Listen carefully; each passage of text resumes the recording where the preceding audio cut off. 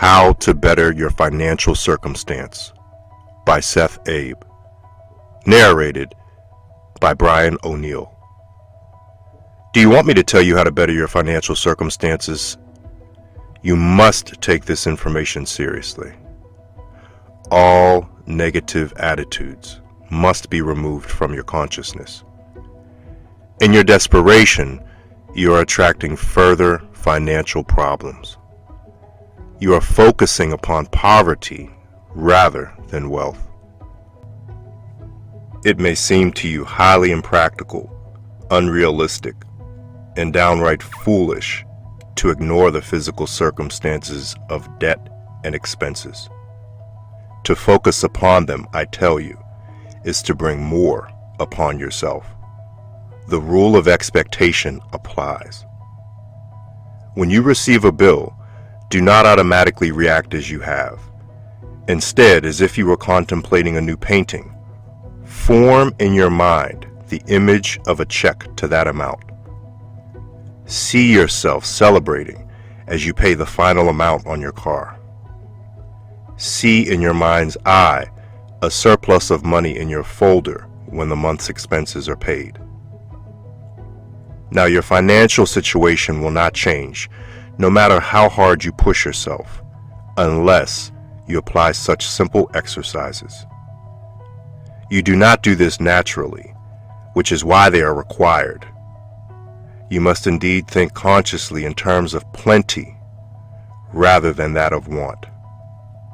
These exercises will prove themselves out in practical terms, but you must give them the opportunity to prove themselves. Your subjective life has been somewhat permeated by thoughts of want and literally poverty until you have indeed exaggerated your own situation. The exaggerated situation could come to pass, however, if you persist in projecting those images outward. They would not help you get a raise, but act to the contrary, and they have done so in the past.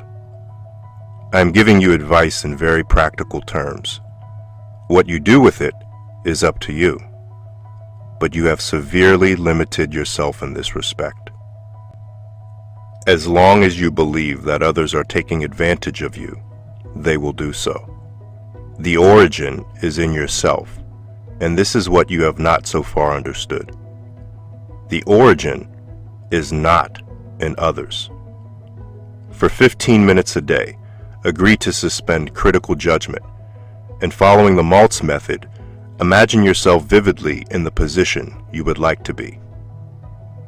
The rest of the time, consciously make an effort to control your attitude when you find yourself thinking in terms of want or poverty. Then, switch your thoughts to ideas of plenty. This need not involve hypocrisy, indeed, must not. You must feel that this is legitimate and practical, because the thoughts of plenty will automatically begin to attract plenty. This is sufficient. There should not be an overemphasis on material possessions or security, however. Now, this program, if faithfully followed, will bring results. It will initiate intuitive concepts, ideas in your work which will automatically attract others to possess them. It will initiate other actions that will result in financial betterment.